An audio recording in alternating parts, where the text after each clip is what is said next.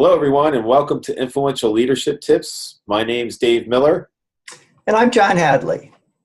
So Dave, wanted to talk today a little bit about how do you evaluate a company culture? That's And a good question. I think a lot of times we assume that the mission statement is the company culture. That But was going to be my first guess. Read the yeah, statement.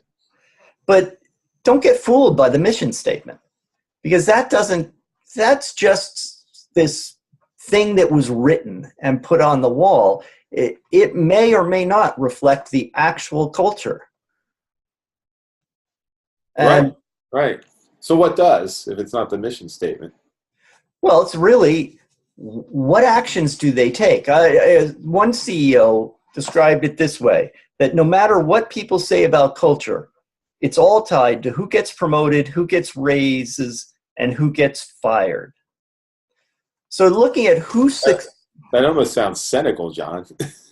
you could look at it that way, but who succeeds and who fails in the organization is much more telling than a formal statement. I mean, how often do we see a mission statement that talks about how much we value our customers and we value our employees, and then you find out that what is actually going on doesn't seem to connect with that very well.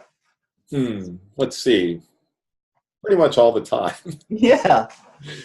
And the other thing is, sometimes you see, like you go on an interview, and you really you meet a person, a leader who you think would be really good to work with. You see an operation that's really exciting, but doesn't seem to match the overall culture of what you see succeeds in that organization. I think back to the first job I had as a fellow of the Actuarial Society. And I was working for someone who was a great leader. I loved working for him. Everyone was excited. We had audacious plans how we were going to catch up to the industry leader in the next 5 years. We were all, working really hard towards that. And then one day the company removed him, and he left the company. The new person came in, put the brakes on things, and I kind of looked around and said, I don't see other areas of the company that are operating this way. And it was all reliant on this one leader. And so I stuck around for a little while and said, this is not an interesting place to work, and I don't see other departments that I'm really interested in working for. And so I started looking for a new job at that point. Because what I saw as the culture of this particular operation was completely reliant on the one leader in that operation. Yeah, I think what comes to my mind in terms of it, and again, I think a lot of people can define these things differently, but when I think about what determines a culture or what defines a culture, it's what things are rewarded and praised and what things are punished and criticized. Mm-hmm. And you can say anything you want in a mission statement. We were talking a little bit earlier, kicking around some examples. Like, for example, we encourage our employees to take risks.